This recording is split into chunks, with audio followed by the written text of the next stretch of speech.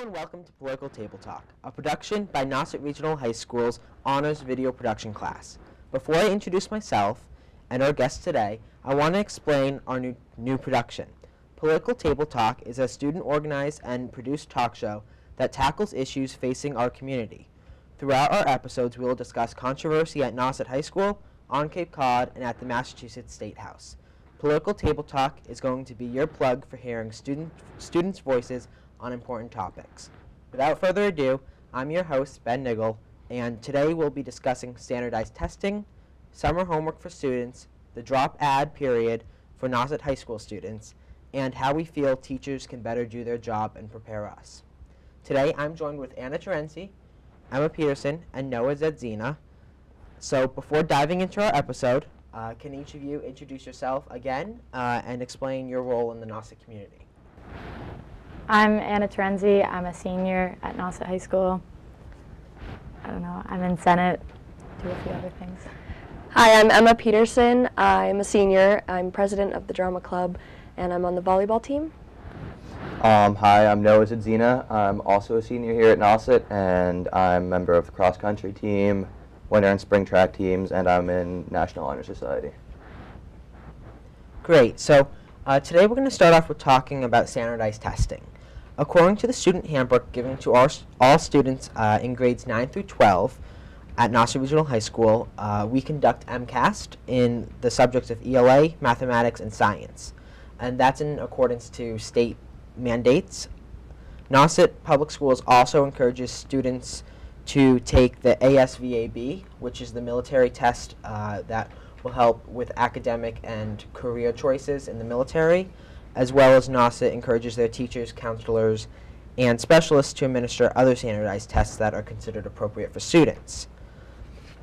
So, by definition, we all know that a standardized test has to meet two requirements. The first is that all test takers are to answer the same questions or from a selection of a common bank. And then the second requirement is that the tests are scored in a consistent manner. And these two make it possible to compare the relative performances of individuals that take the test. So I now want to turn it over to you guys and talk about your opinion on standardized testing, and then let's talk about some pros and cons we can see. I can start. So I think in terms of MCAS, it's very important to have a standardized test like that because it shows schools, it shows the state how well the schools are doing. And also I found that after taking MCAS, I felt better prepared for the SATs because it was the same type of test, and it prepared me for that really well. Mm-hmm. Yeah, I agree with her. It's really helpful to have the MCAS and everything for when you have to start taking SATs and look more towards getting into colleges and stuff. Okay. Yeah, I would agree with that. I think it's pretty beneficial just to learn how to take tests like that, and I also think it's really important to have like those baselines of knowledge sort of like each of those subjects to build off of. So it sounds like we all agree that MCAS prepares us well for the SATs, but the SATs are another standardized test.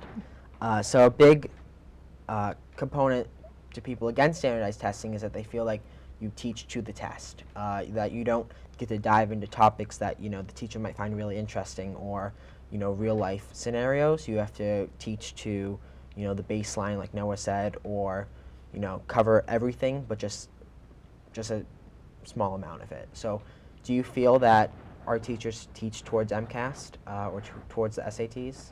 There are definitely classes that I believe do teach towards MCAS, like sophomore year English. I know a lot of what we did was focused on like the long composition essay and being able to write open responses. And I think that's good that you have a focus for your classes, but I also think that there is the downside that a lot of tests or a lot of classes teach to a test and then you can't really let the students explore more of their own interests, which is where a lot of kids would blossom. And like even in AP courses, like that is specifically taught towards AP exam. Mm-hmm. Yeah, I would say one AP course that I think stands out would be AP Government and Politics because the teacher, he brings in like real life scenarios and makes it interesting and talks about certain topics that still relate to the AP government exam, but there's kind of like, he has more freedom when discussing topics with that because it's all relevant to today. But I think things like, like AP chemistry or AP calculus, you can't really stray away from the curriculum because there's so much that you need to do in such a short amount of time to prepare for this one test that it leaves no time for other discussions of similar topics. When if you didn't have a test, the teacher could spend more time on topics that they feel like you need more time on, and then, cut out topics that they don't feel are as important. Exactly. Like if a class doesn't feel like they get the topic, then the teacher could spend more time teaching it and helping the students understand. Mm-hmm. But if there's a test that they have to teach towards, and there's a time limit as to how long you can spend on a certain unit or a topic, then you can't stop and keep teaching the same topic over and over again because you have to teach to the test. Especially at NOSIP, because we start so much later than Exactly. other classes or other schools, that a lot of teachers feel like if you don't hit this deadline in December, that you're off track for the whole year. Another con towards standardized testing is in Massachusetts and in the United States, after the No Child Left Behind Act was passed in 2002, the U.S. actually slipped from 18th in the world for math to 31st. So, the No Child Left Behind Act was a big component to standardized testing, but the U.S. fell. But before, there was a lot more teaching, teaching how teachers need, that sounds weird, but, teachers being able to build their own curriculum, and the No Child Left Behind Act kind of gave teachers curriculum. So how do you feel about the U.S. dropping 11 points? I think that not necessarily nationally, but at least, maybe nationally, there should be a curriculum that teachers should have to meet, but I don't think it should be so specific that a teacher can't stray a bit and have more freedom with it, because then it's more, I feel like that those classes are more beneficial to the students and more beneficial to the teachers as well, because that's when they can really get into everything they know and they're passionate about and really pass that on to their students. So it kind of goes along with what Emma was saying. She said AP government here, it seems that the teacher meets the requirements because his students do very well in the exam, but he teaches in a way that he can expand and talk about other issues and really dive into topics that he thinks is interesting, but yet still cover all the material he needs to. Yeah. Right. And one of the main events of AP Government is a program called We the Students, where we get to have a political debate on live television, which is really cool in an AP class to be able to do that, to be able to have enough time to do that. So that's something that the AP College Board doesn't say. Right. You have to have this program. It's something he made up. Mm-hmm. Noah, you took AP Government. You're a veteran of that class. Do you think that was beneficial, Mr. Mack's teaching style? Anything to comment? I would say it would be beneficial because, obviously you have to meet the standards, you have to prepare for the test, you have to meet the state standards, But also, if the teacher can make their own curriculum to make it a lot more engaging and connect with the students, it's a lot to ask of teachers trying to juggle all that, which I understand, but if that effort is made, it can be really beneficial for students just to, be more engaged and, be more excited, I guess, about learning all the new material. So before we move on, I just want to ask one more question. Standardized tests are often marked and regarded as unfair and discriminatory towards non-English speakers and also towards students that live in different regions of the United States, because I know quite a few years ago there was some SAT questions that had to do with waves and current, and people in the Midwest, students did much poorer on them because they don't experience currents and waves like we do living on the East Coast. So what would you say to that? That, if it's the same questions, some people's environments that they live in prepare them better to answer them. Well, you can't, I feel like there's always going to be a person that's that draws the short stick, you know? Because one year it might be a question on waves, another it might be a question on tornadoes, and obviously living in Massachusetts we don't get very many of those. So I think it all evens out in the end, because you can't appease every single person in every part of the country all the time. That's a fair assessment. Now I want to move on to summer homework, everyone's favorite. So at Nauset High School, it is custom that many classes you take will assign summer homework over the school year, or over the summer, and that's especially true for advanced placement and honors courses. And the main proponent to summer homework is the fact that we do start later, so a lot of teachers feel like they need to get some curriculum out of the way in the summer so that day one they can hit the ground running. What do you guys feel like about summer homework? But more importantly, why don't we share what we had to do this summer and how you felt that affected your summer? So this summer, the only assigned summer homework I had was for AP Chemistry and AP Environmental. And the AP Chem homework was really just a review of what we had done in honors chemistry. So it wasn't difficult, and it was really good to have as a refresher going into this course. And I know if I didn't do it, I wouldn't be doing as good as I am already. And then AP Environmental, the homework was kind of a review of middle school science, and I think it was really important to get that out of the way, just so vocabulary and everything's fresh in your mind going into further chapters. I took AP Psychology, and in addition to AP Chemistry and AP Environmental. AP Statistics didn't have any summer homework, which I think makes sense because it's a math course, and it's hard to learn math on your own, especially at an AP level. But for AP Psychology, again, because we start later, we had to get through Unit 1, which is the basics, the fundamentals of psychology, psychology's history, careers, very basic, level 1 topics. And I think it was helpful. And I think summer homework at Nauset is necessary just because we start so late. We don't have we don't have the time to fall behind and start on the first day of school, because most schools start 2 weeks, 3 weeks, 4 weeks before us. So we just have to get a head start and have the summer homework so that we don't fall behind. Mm-hmm. I didn't have too much summer homework. We did have to read a book for English and answer questions, but that's typical. I would say my most challenging summer homework was probably my AP art history homework, because we had to start a slideshow of 20 slides of artwork. We had to analyze them and dissect them, and I understand why that was to get us ready for the course ahead, because we have to learn I think 250 pieces of art for the test come May. But at the same time, it was kind of challenging because we haven't taken an art history class. I'm not exactly sure. He laid it out on the paper, but it's sort of up to us to work out how to arrange it, how to get the work done. And obviously, we're in class, we're going over it, we're learning how to take better slides. But at the same time, for me, I had a really busy summer, so it was pretty hard to find time to get all that stuff done. So I understand the need to get the summer homework to start getting your brain back in school mode, get into the flow of the course, but at the same time, a lot of times it can be hard just to get it done in the summer. Yeah, especially on Cape Cod, so many kids, it's the norm to have a job over the summer, as early as 14, which that wouldn't be the case in other parts of the country, or even just parts of the state.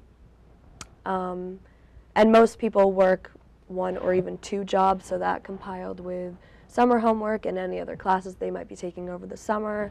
I know a really popular one is the U.S. history course for rising juniors and the English course for rising seniors, which I took. So yeah, which Anna took too. So it's a lot to juggle. It's necessary, but it's a lot. So you brought up a point about summer jobs and the fact that summer is the longest vacation students have during the school year. So at least for me, I don't know, you guys seem like you had a little less summer homework than I had, but I found it very difficult to work jobs and finish my summer homework in time, especially when my English class had 2 books. So that was a lot, especially I said that a lot, but a lot of students say that, they would love to read over the summer, but the books assigned are too much to then have an independent book that they're interested in. So do you think it would be wise to maybe build in the curriculum, instead of you have to read this book, that pick a book, read it, and maybe write something about it, so that students feel that, on their vacation they can do something of interest? In AP Language last year, which I know we all took, the summer homework was to read 3 assigned books, and then the 4th book was a book of your choice. And 4 books does seem like a lot, and the 3 that we were assigned, I'd say were pretty lengthy, like Native Son at least. Yeah. But I think it was really good that we read those books, because I know Everything That Rises Must Converge, like that was involved in the curriculum, like Miss King incorporated it a lot for the first few months, so it was really important to have done that summer homework. And then reading the other 2 and doing the assignments, you learn strategies necessary for the class, but then also having your own independent book that she structured into the reading or the assignment I think was really good, because I read Tina Fey's autobiography, which doesn't really go along with like an AP language course, but I still kind of was pressured to read a book of my own choice, which I think was really beneficial to myself. So it sounds like that although summer homework isn't always enjoyable, for the consensus of at least us who have taken more advanced courses, we feel like it's necessary. Definitely. I would agree. Yeah. So it's really, are you willing to put in the work it takes to take these more advanced level courses, and how it affects. So now I want to talk about the drop add time cutoff, which at Nauset has changed in the recent year. And for those of you that don't know, drop add is a set amount of time where students can change courses. So for example, if you were taking an English course that was too hard for you, you could drop a level and go down to like honors or A level, or vice versa. If you're just like, I want to challenge myself, you bump up to a more advanced course. Or say you're taking clay, and clay isn't your thing, you find out in the first week, and you want to switch into jewelry making. So yeah, it's a set period of time that students can change courses. As many of you guys know, in the years past, guidance department has been very flexible with students, giving them up to like 3-4 weeks to change their courses. But with the addition of a new principal this year, I feel like they kind of cut down on that a lot with returning students. So that's all seniors, juniors, and sophomores, with the exception of anyone coming from another school, only get 1 week. So they get a full week plus 2 days to change courses, and then everyone else gets an additional week. So how do you guys feel like that affected your life this year? Did you have to make choices quicker, or was it no big deal? My schedule at the beginning of the year was very messed up. I decided not to take AP Spanish, and then I decided not to take jazz band, so instead I took AP Environmental, and then I had to switch my AP Chemistry block like twice. And I kind of did part of that over the summer, because we do have the step-up day at the very end of the year prior. So I think that's really, really helpful. But I did feel a lot of pressure to, I felt a lot of pressure to schedule an appointment immediately, and like, I don't know, I still kind of feel a little wishy-washy on my decisions, but we're past the drop add period, so I mean, I'm not going to drop out of any of my classes because I want to stick with it. But I felt like even if we were given 1 more week, that would just put a lot of students' minds at ease. Because at least for me, I'm actually debating whether switching out of one of my classes. So we're going to have to work with my guidance department to see how that works. What do you think, Anna? I kind of manipulated the system this year with my schedule, at least. I took English and Calculus 1 over the summer, and I'm doing Psych online through the college. So then this year I can take the 3 AP Sciences and BC Calculus like I wanted to do. So I got really lucky with my schedule this year and got into the electives I wanted. But I know when I transferred as a student my sophomore year, I was changing my schedule up until December. And I'm not sure what the drop add period for transfer students or freshmen is currently. It's going to be 10 days, so 2 full weeks plus 2 days. Okay. I know that I really appreciated like having my guidance counselor be able to move me around, make me really more comfortable moving into a new school. And I think that even as like seniors that have been here for 4 years, like you do want to do the most you can with your time and really enjoy your last year of high school. And I think having the pressure of having to decide everything you want to do for the next 9 months within a week is really stressful. And Emma brought up the point that you do have the summer before to plan, but at least for my case, you know, you meet your teachers on step-up day. Your teachers might be switched around. I know some teachers were promoted into new jobs, like AP Psych. Ms. Cobalt went to the middle school. But you don't really get a sense of the course until you actually go there day one and get the homework and see what the grading style is going to be like. So Noah, how's your schedule been this year? And It's actually been kind of tough because I initially started out in AP Calculus and like I thought it was going to be fine. I knew it would be a lot of time, a lot of work, like on step-up day, but I thought I might have been able to handle it. But like, you just don't get a feel for the class on step-up day. You don't get a feel for like what the workload's going to be, what the other classes' workloads are going to be until you're in class actually. And then I just I felt the pressure like throughout AP Calc, like even in the class, like trying to take notes. I was always thinking, is this right for me? Is this what I want to do?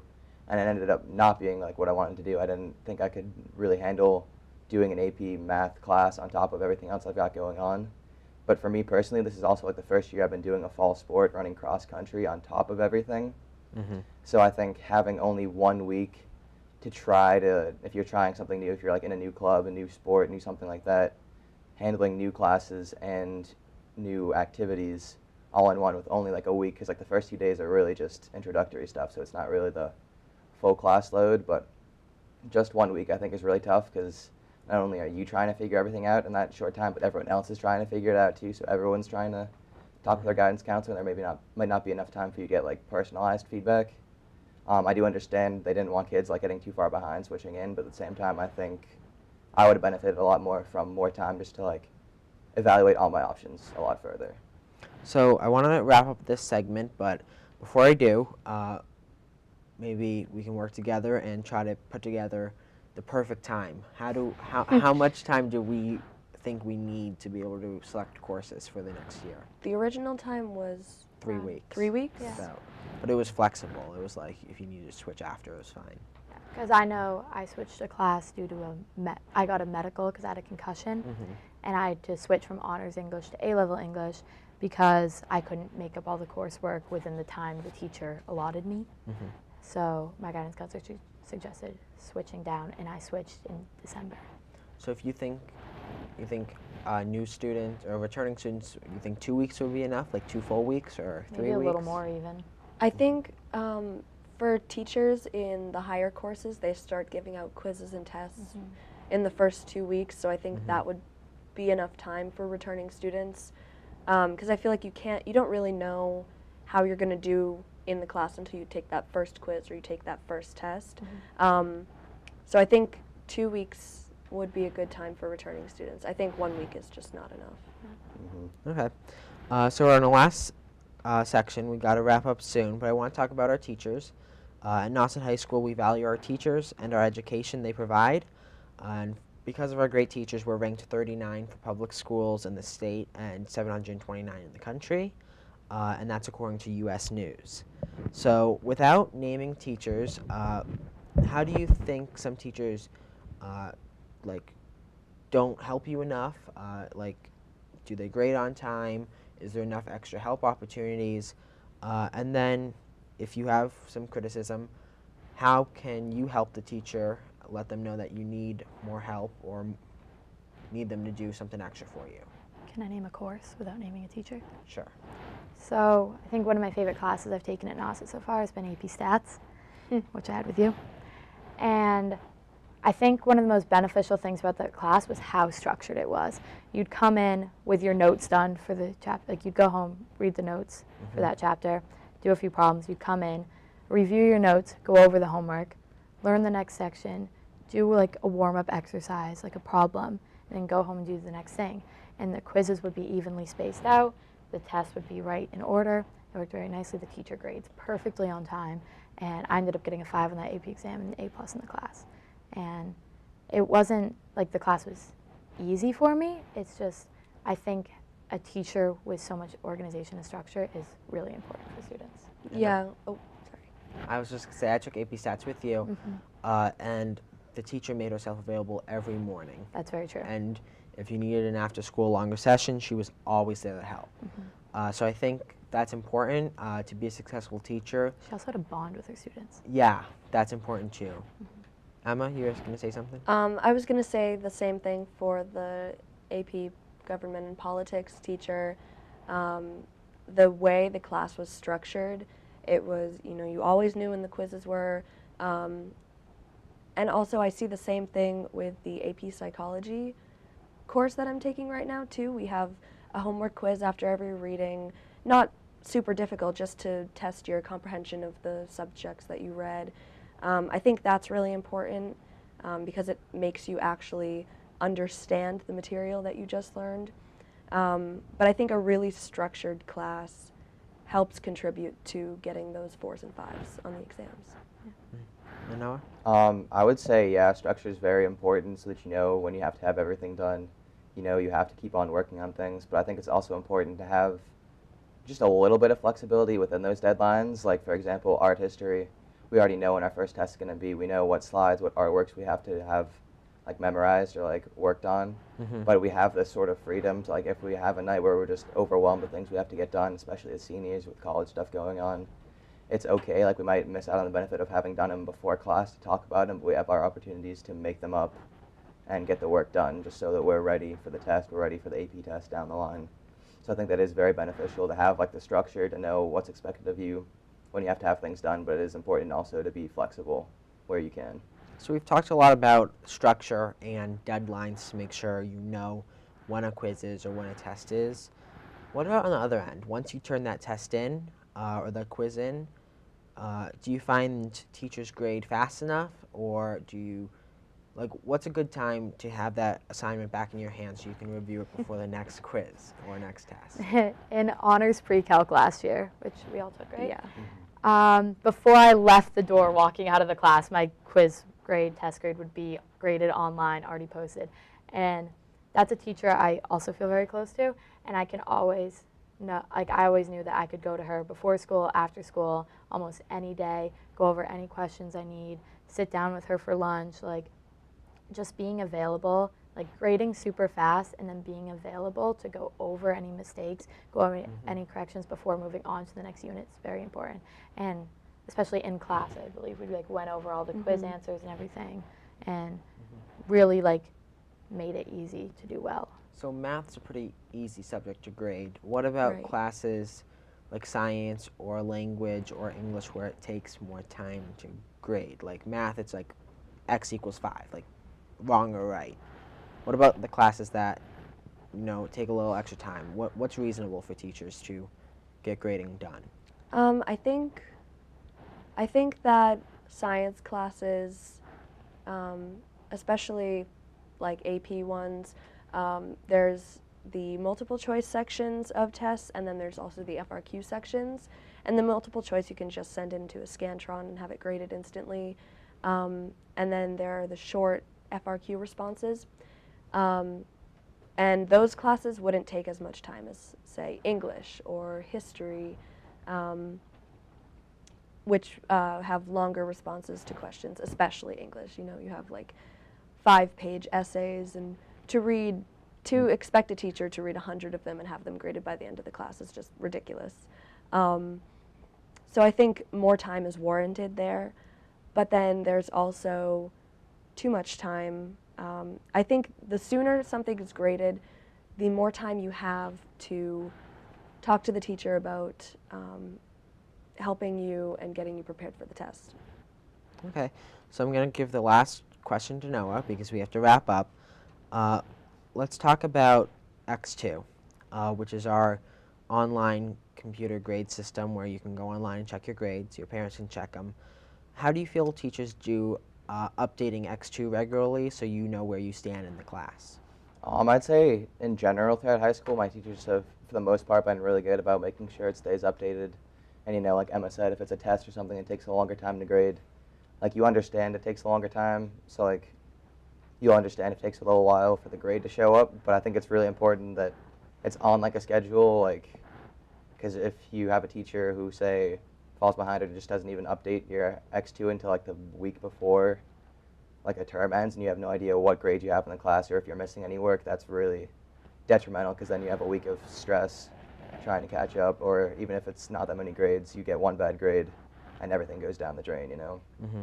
So we're running out of time, so we need to come to a closing. I want to first thank you all for coming on today for our first episode, and I want to thank the Honors Video Production class at Nauset High School for hosting us.